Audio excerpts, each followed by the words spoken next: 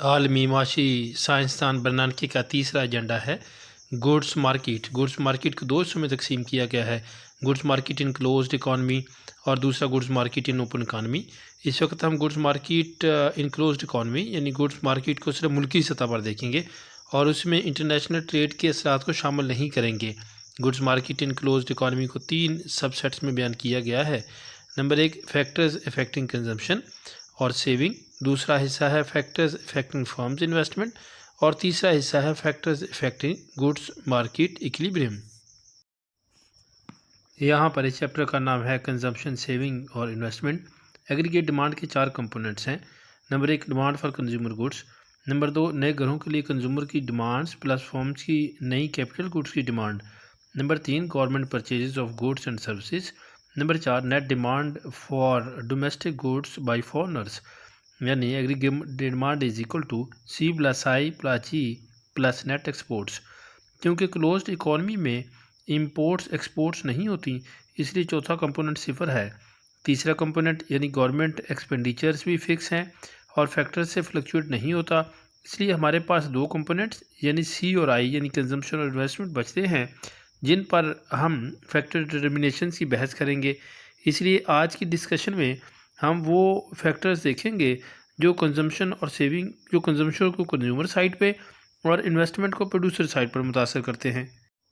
अगर हम इस चैप्टर के पहले से यानी कंजम्पशन और सेविंग को लें और देखें कि सी और एस दोनों अल्फाज का एक ही मतलब है, इसलिए कि आप जो सेव कर लेते हैं इससे जो बाकी हिस्सा बचता है वही कंज्यूम होता है और आप जो कंज्यूम कर लेते हैं उसका जो बाकी हिस्सा बचता है वो सेव होता है। इसीलिए मुल्की सतह पर भी एक डिज़ायर्ड लेवल ऑफ सेविंग जिसे एसटी कहते हैं उसे तय किया जाता है कि जिससे सी और जी खुद ब खुद तय हो जाते हैं।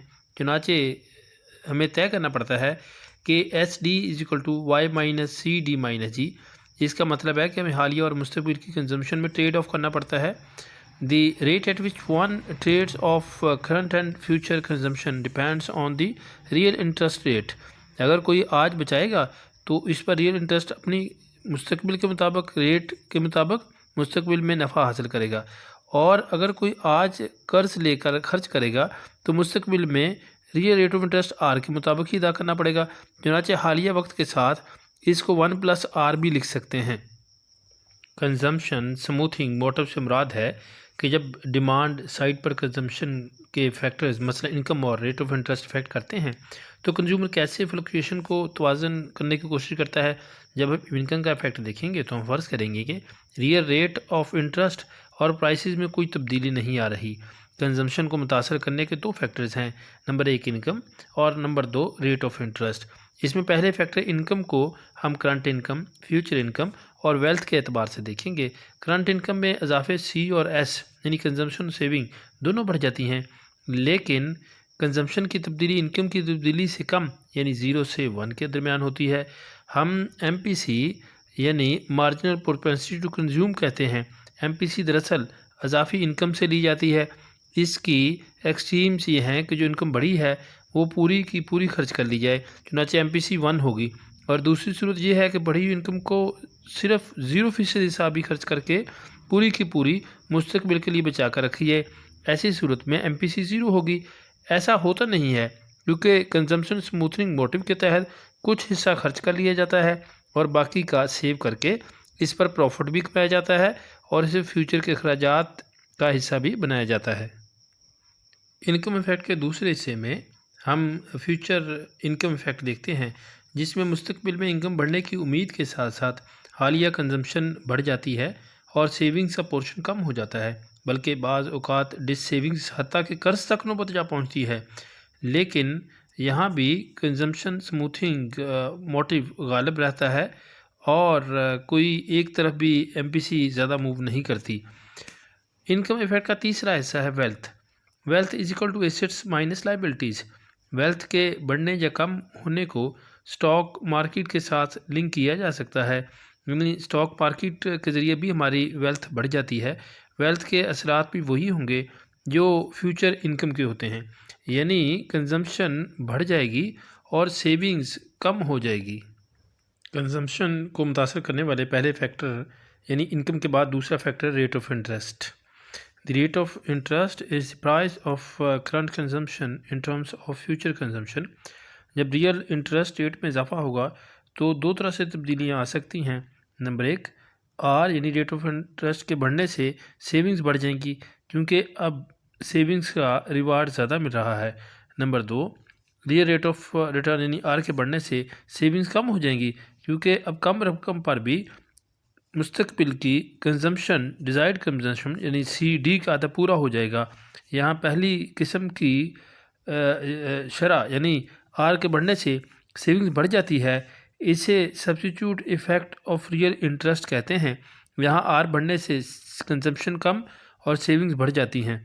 दूसरी किस्म जो है यानी income effect of real interest rate change, यहाँ दूसरी किस्म में यहाँ आर बढ़ने से कंज्यूमर अमीर हो जाता है और सी बढ़ जाती है, कंजम्पशन बढ़ जाती है और सेविंग्स कम हो जाती हैं। इसे income effect of return interest rate कहते हैं। इसमें करंट और फ्यूचर कंजम्पशन दोनों बढ़ जाती हैं। बारोर्स के लिए income effect and substitution effect of real interest rate दोनों मुख्तलिफ होते हैं।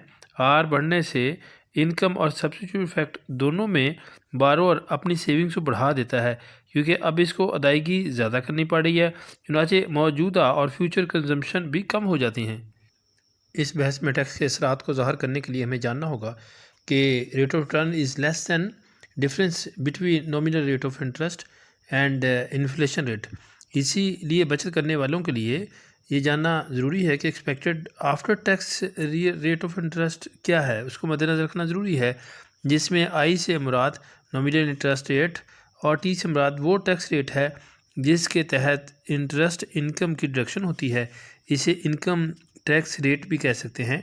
चुनाचे after tax nominal interest rate बराबर होगा expected after tax real interest rate minus the expected inflation rate.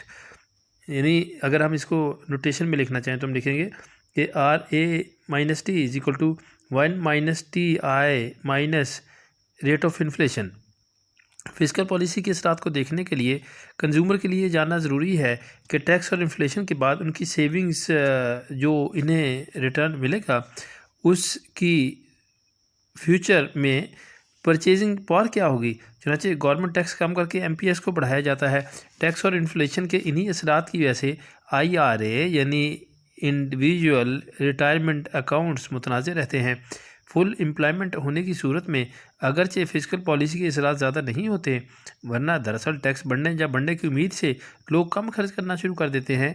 ये इनकम इफ़ेक्ट और सब्स्टिट्यूशन इफ़ेक्ट की वजह से होता है।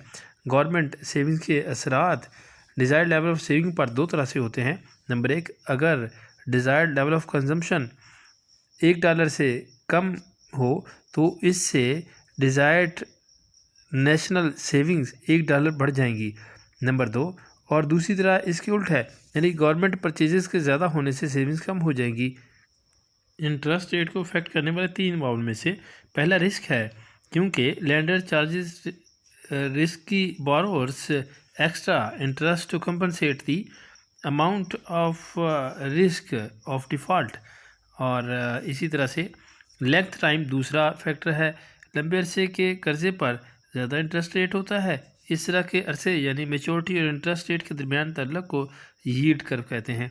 तीसरा फैक्टर जो रेट ऑफ इंटरेस्ट को मुतासर करता है वो टैक्स सिस्टम है। अगर टैक्स पर रेट ज़्यादा होगा तो रेट ऑफ इंटरेस्ट भी ज़्यादा होगा। गवर्नमेंट परचेजेस भी कंज्यूमर परचेजेस पर असरअंदाज होती हैं, क्योंकि इस सूरत में प्राइवेट सेक्टर के अंदर टैक्स बर्डन मुतासर होता है। अगर गवर्नमेंट फ़ौज पर ख़र्चा बढ़ा देती है तो इतना ही टैक्स लोगों पर लगा देती है, जिसके नतीजे में लोगों की कंजम्पशन कम हो जाएगी। अगरचे लोगों की कंजम्पशन में तब्दीली गवर्नमेंट के खर्चे की तब्दीली से कम होगी। मसलन अगर गवर्नमेंट परचेजेस 10 बिलियन बढ़ी तो लोगों की कंजम्पशन तकरीबन 6 बिलियन कम हो जाएगी। अगर गवर्नमेंट खर्चा बढ़ाती है लेकिन टैक्स नहीं बढ़ाती तो इसका मतलब है कि गवर्नमेंट उधार ले रही है। चुनांचे फ्यूचर में उधार के साथ गवर्नमेंट को इंटरेस्ट रेट कवर करना के लिए ज़्यादा टैक्स लगाना पड़ेगा। इस सूरत में डिज़ायर्ड लेवल ऑफ कंजम्पशन कम हो जाता है। गवर्नमेंट के खर्चे में आर्जी इजाफे से सेविंग्स कम हो जाएंगी। चुनांचे गवर्नमेंट के आर्जी खर्चे में इजाफे से डिज़ायर्ड कंजम्पशन और डिज़ायर्ड नेशनल सेविंग्स कम हो जाती हैं। फ़र्ज़ करें कि अगर गवर्नमेंट का खर्चा तो वही रहता है लेकिन टैक्स कम हो जाता है, तो फ़ौरन लोगों की इनकम में इजाफे से कंजम्पशन बढ़ जाएगी। लेकिन ये भी सोचा जाएगा कि टैक्स की कमी को लोन से पूरा करके कल का टैक्स इससे भी ज़्यादा होगा। चुनांचे कंजम्पशन कम होकर सेविंग्स बढ़ना शुरू हो जाएंगी, बल्कि टैक्स कट से ना ही तो कंजम्पशन बढ़ेगी और ना ही सेविंग्स कम होंगी। इसे रिकार्डियन इक्विवेलेंस प्रपोजिशन कहते हैं। इसे लॉन्ग रन के लिए अप्लाई किया जाता है। बाज़ औक़ात लोग टैक्स कट के मुस्तकबिल के असरात से आगाह नहीं होते, जिससे कंजम्पशन बढ़ जाती है। यही मामला रिबेट्स का है कि इससे इकॉनमी में कोई खातर खा तब्दीली नहीं आ पाती।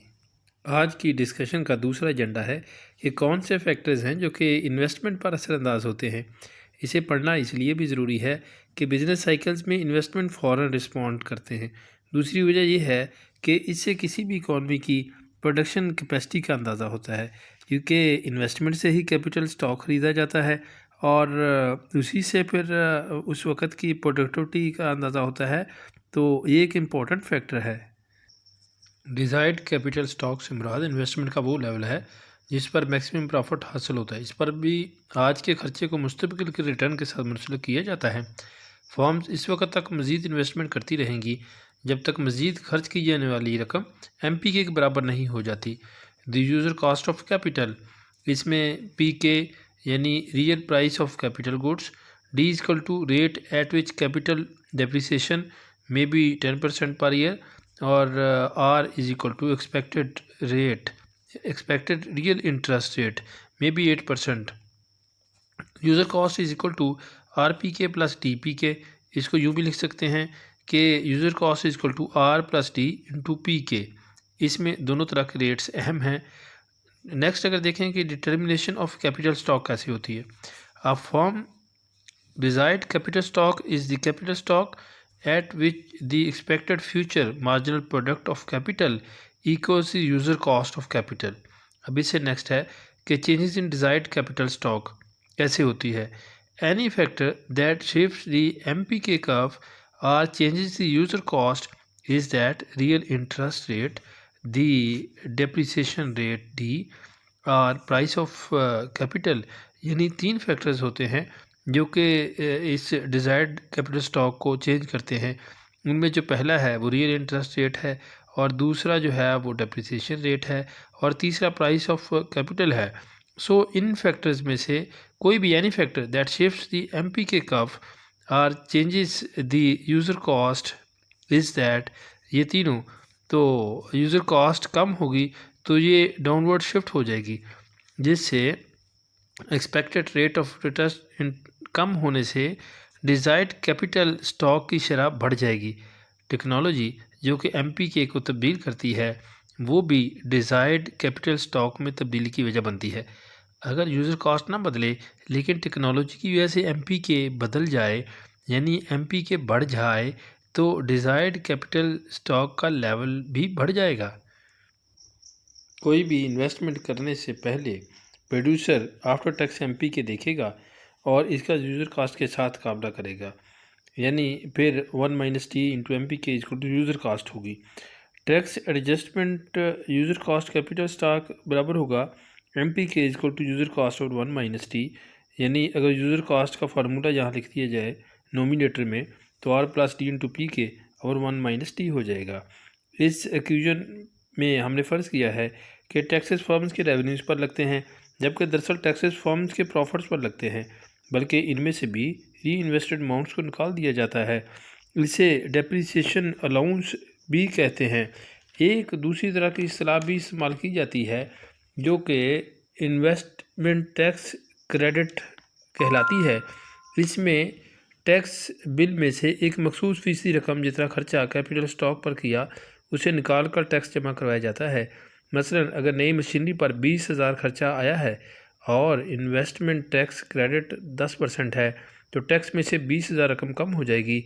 इस तमाम बातों को इकट्ठा करके इफ़ेक्टिव टैक्स रेट की इस्तेलाह दी जाती है और कहा जाता है कि इफ़ेक्टिव टैक्स रेट के बढ़ने से डिज़ायर्ड लेवल ऑफ इंटरेस्ट कम हो जाता है। हम अभी तक पढ़ते आ रहे हैं कि नई कैपिटल गुड्स को लेने के लिए जो भी खर्चा किया जाता है उसे इन्वेस्टमेंट कहते हैं, लेकिन दरअसल इसे ग्रॉस इन्वेस्टमेंट कहा जाता है। दूसरी वजह यह है कि कैपिटल स्टॉक डेप्रिसिएशन होने की वजह से कैपिटल स्टॉक कम हो जाता है, जबकि ग्रॉस इन्वेस्टमेंट डेप्रिसिएशन बढ़ जाता है तो कैपिटल स्टॉक में इजाफा होता है। The change in the capital stock over the year is net investment. तो चुनाचे हमें इन टर्मिनोलॉजीज़ को समझना पड़ेगा कि investment T is equal to gross investment over year T, और दूसरी है कि K T is equal to capital stock at beginning of the year. और अगर इसको इस तरह लिखा जाए कि के टी प्लस वन, तो इसका मतलब है कि capital stock at the end of the year, और you can say in the beginning of the next year. और नेट इन्वेस्टमेंट जो होती है वो K T plus one minus K T के बराबर होता है। चुनाचे D K T is the frictional of capital that depreciated. इस रिलेशनशिप को अगर बयान करना चाहें तो the relationship between net and gross investment is net investment is equal to gross investment minus depreciation. यानी अगर इनको नोटेशन में लिखें तो वो यूँ लिखेंगे कि K T plus one minus K T is equal to I T minus D K T. यानी इसको लेफ्ट हैंड साइड पे लेके जाने से I T is equal to K T plus one minus K T plus D K T. इस equation का मतलब है कि ग्रॉस इन्वेस्टमेंट बराबर है नेट इन्वेस्टमेंट प्लस डेप्रिसिएशन के। इसको हम यूँ भी लिख सकते हैं कि I T is equal to K star minus K T plus D K T. इस आखिरी इक्वेशन से मुराद है कि ग्रॉस इन्वेस्टमेंट के दो हिस्से होते हैं। नंबर एक, desired net increase in capital stock in the year. Number दो, investment needed to replace depreciation capital. इस इक्वेशन का ये भी मतलब है कि कोई भी फैक्टर जितनी मकदार में कैपिटल स्टॉक में तब्दीली लाता है, बिल्कुल इतनी मकदार में ग्रॉस इन्वेस्टमेंट में तब्दीली लाता है। और ये जो हम कहते हैं ना कि हमारी एजम्पशन है कि कैपिटल स्टॉक को डिज़ायर्ड कैपिटल स्टॉक पर लाने के लिए कोई वक्त दरकार नहीं होता, ये इतनी भी सच नहीं, क्योंकि इसमें कई प्रोसीजरल टाइम लैग्स मौजूद होते हैं। What do we mean by investment in inventions and housing. अभी तक हमने जो भी इन्वेस्टमेंट का जिक्र किया वो कारोबारी थी, जबकि फॉर्म्स, बिल्डिंग, फैक्ट्रीज, मशीनरी और सॉफ्टवेयर। लेकिन अब हम जानेंगे कि और तरह की इन्वेस्टमेंट भी होती हैं। नंबर एक, इन्वेंट्री इन्वेस्टमेंट, और नंबर दो, रेजिडेंशियल इन्वेस्टमेंट। पहली किस्म से मुराद है कि फॉर्म्स में इजाफा, अनसोल्ड, अनफिनिश्ड रॉ मटीरियल की इन्वेंट्री में तब्दीली।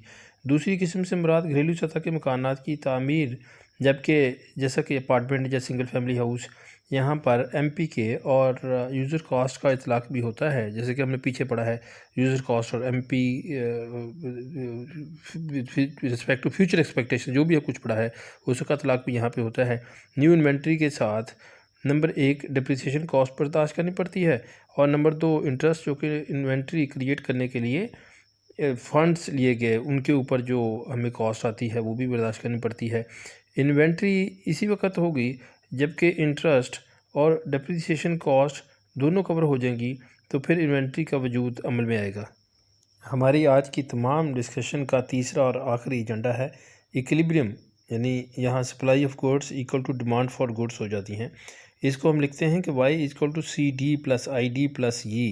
इसको यूँ भी लिख सकते हैं कि y minus C D minus G equal to I D, यानी जो डिज़ायर्ड लेवल है इन्वेस्टमेंट का वो किसके बराबर होगा जब इक्विलिब्रियम होगा, वो सेविंग्स के डिज़ायर्ड लेवल के बराबर होगा। क्योंकि यहाँ पर सी plus I plus C S T के बराबर है, तो इसलिए यहाँ मार्केट का इक्विलिब्रियम होगा वो एस इक्वल टू आई होगा, और ये नेशनल लेवल पे भी होगा, पहले इंडिविजुअल लेवल पे होगा और फिर नेशनल लेवल पे होगा। जो डिज़ायर्ड लेवल से सेविंग्स है वो equal to desired level of investment के बराबर होगा। इस मार्केट को इक्विलिब्रियम में लाने के लिए इंटरेस्ट रेट अहम किरदार अदा करता है। अगर इसकी फिक्र देखें तो इसमें हमें पता चलता है कि अगर रेट ऑफ इंटरेस्ट कम होगा तो इसका मतलब है कि इन्वेस्टमेंट ज़्यादा हो जाएगी और सप्लाई ऑफ गुड्स बढ़ जाएंगी, और इसी तरह से वाइस वर्सा इसका इफेक्ट आएगा। और इसी अमल के दौरान रेट की वापसी आ जाएगी कि रेट अगर ज़्यादा है डिज़ायर्ड से तो कम हो जाएगा, और अगर कम है तो ज़्यादा होकर मार्केट क्लियरिंग फैक्टर के तौर पर अमल करते हुए मार्केट को दोबारा से इक्विलिब्रियम पे ले आएगा। अभी अगर हम देखें कि डिसइक्विलिब्रियम कैसे होता है तो इसमें दो तरह की शिफ्टिंग देखते हैं। पहले शिफ्टिंग ऑफ सेविंग कर्व है। बिलफर्ज अगर गवर्नमेंट परचेसेस की वजह से सेविंग्स ज़्यादा हो जाएं तो सेविंग कर्व ज़्यादा होकर दाईं तरफ शिफ्ट हो जाएगी और हमारे पास गुड्स मार्केट में इक्विलिब्रियम एक नए पॉइंट पर आ जाएगा। यहाँ सेविंग्स और इन्वेस्टमेंट दोनों पहले से ज़्यादा होंगी और रेट ऑफ इंटरेस्ट यहाँ पहले से कम होगा, जिसका मतलब है कि फ़ंड्स की डिमांड इन्वेस्टमेंट के लिए कम हो गई है। Supply of funds of saving से जब गवर्नमेंट परचेजेस बढ़ने से इन्वेस्टमेंट कम हो जाए तो इसे इन्वेस्टमेंट का क्राउड आउट कहते हैं। ये इसलिए होता है कि अगर गवर्नमेंट अपनी परचेज ना बढ़ाती तो कई हकीकी वसाइल इन्वेस्टमेंट की मद में इस्तेमाल हो जाते। और दूसरा जो फैक्टर है शिफ्टिंग का, डिसइक्विलिब्रियम का, वो शिफ्टिंग ऑफ इन्वेस्टमेंट कर्व है। इन्वेस्टमेंट को तब्दील करने वाले फैक्टर्स यानी रेट ऑफ इंटरेस्ट या इफ़ेक्टिव टैक्स रेट या एमपीके, एक्सपेक्टेड फ्यूचर एमपीके, यानी में किसी वजह से इन्वेस्टमेंट के बढ़ने से इन्वेस्टमेंट कर्व दाईं तरफ शिफ्ट हो जाएगी और वाइस वर्सा। मसलन किसी इन्वेंशन की वजह से एमपीके बढ़ जाता है तो इन्वेस्टमेंट कर्व दाईं तरफ और ऊपर की तरफ शिफ्ट हो जाएगी, जिससे रेट ऑफ इंटरेस्ट बढ़ जाएगा और सेविंग्स और इन्वेस्टमेंट भी बढ़ जाएंगी। तो यही आज की हमारी जो तमाम डिस्कशन थी उसका मकसद था कि गुड्स मार्केट के अंदर फाइनली इक्विलिब्रियम कैसे होता है।